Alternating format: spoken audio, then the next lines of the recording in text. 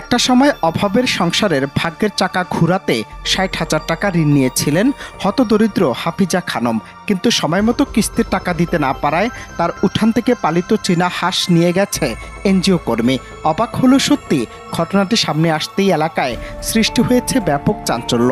স্থানীয়দের ভাষায় কিস্তির টাকার বদলে হাঁস নিয়ে যাওয়ার ঘটনা শুধু লজ্জাজনকই নয়, বরং মানবিকতা ও নীতিশাস্ত্রকে প্রশ্নের মুখে দাঁড় করিয়েছে। অবিশ্বাস্য এই ঘটনা বরিশালের আঘইলছড়া উপজেলার ফুলশ্রী গ্রামের। সূত্র জানায়, ফুলশ্রী গ্রামের মুরাদ হোসেনের স্ত্রী হাফিজা খানম TMSS নামে একটি এনজিও থেকে চলতি বছরের শুরুতে ৬০,০০০ টাকা ঋণ নেন এবং নিয়মিত কিস্তিও দিচ্ছিলেন। কিন্তু মঙ্গলবার দুপুরে মাঠকর্মী ফিরোজ খান কিস্তি নিতে এলে হাফিজা জানান এ সপ্তাহে টাকা দেওয়া সম্ভব নয়। অভিযোগ, এরপর মাঠকর্মী নাসরবান্দা হয়ে বলেন টাকা না দিলে কিছু দিয়ে যেতে হবে এবং সে কথার পরে উঠানে থাকা পালিত চীনা হাঁসের দিকে তার নজর পড়ে। টাকা খুঁজতে পাশের বাড়িতে গেলে চীনা হাঁস ধরে নিয়ে যায় এনজিও কর্মী। আমি বাসায় ছিলাম না, এনজিও আমি TSM থেকে লোন করছিলাম। ওখান থেকে টাকা আনার পরে আমি সব টাকা পরিশোধ করছি, মাত্র ১৩০০ টাকা পাই। দেওয়ার পরে আমি আজকে দিতে পারি নাই, বলছি আগামী সপ্তাহে দেব, কিন্তু তারা তা মানে নাই। পরে আমি যখন বাসা থেকে চলে যাই, পরে তারা হাঁস ধরিয়া নিয়ে গেছে। নিয়ে ওই পাশের বাড়িতে বলছে যে এই হাঁসটা আমি ১৩০০ টাকা দিয়ে কিনে আনছি, এখন এটা থেকে আমাকে ঠকা হয়েছে না জিতে হয়েছে। এই কথা তারা আবার বলছে যে না, হেঁটে জিতে হয়েছে, এই হাঁসের দাম তো আরও বেশি ছিল। পরে এই কথা বললে তারা হাঁস নিয়ে চলে গেছে।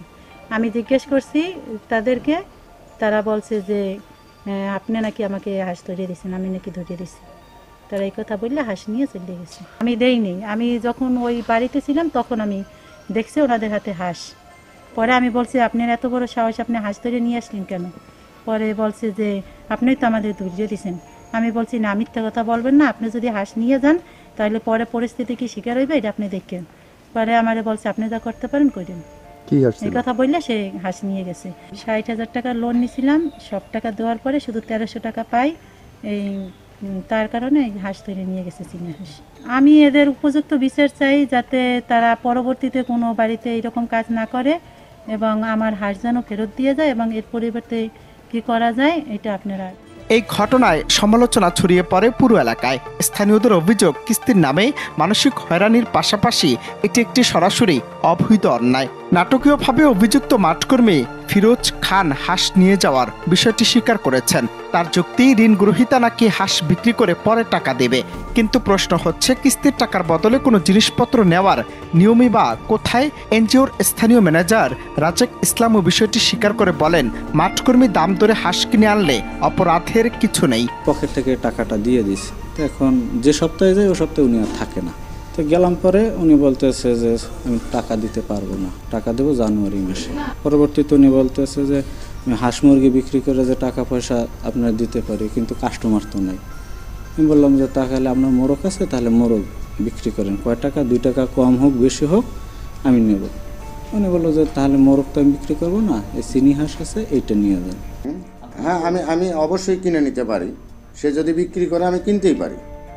সে বিক্রি করলে আমি কিনবো না? আমি যদি এখন এই কলমটা বিক্রি করি, আপনি কিনবেন না? আপনার প্রয়োজন হলে আপনি কিনতেই পারেন। তো আমার যে স্টাফ ওখানে ছিল, সে হাঁসটা তার কাছ থেকে কিনে নিছে। হাঁসের দাম ৮০০ হলে উনি আমাকে বলছে যে স্যার আমাদের ২০০ টাকা লস হবে যদি আমরা এটা কিনে নিই। তবে এই বক্তব্য মানতে নারাজ প্রশাসন ও স্থানীয় এনজিও সমন্বয় পরিষদ।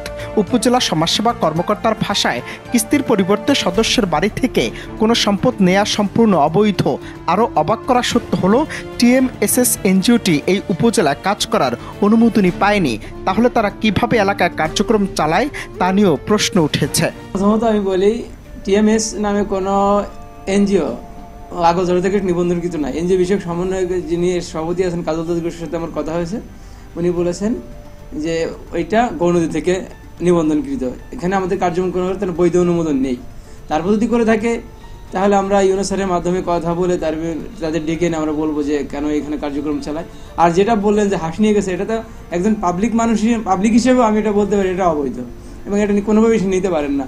তিনি তার কিস্তির বদলে তার ঘর থেকে যে কোনো, শুধু হাঁস না, যে কোনো মালামাল নেওয়াটাও এটা অবৈধ হিসেবে গণ্য করি। সে যদি ইউনো বরাবর যদি অভিযোগ দেন তাহলে হয়তো ইউনো স্যারের মাধ্যমে তার বিরুদ্ধে পদক্ষেপ নেন। অনন্ত হাসান মাসুদ, বাংলা টিভি।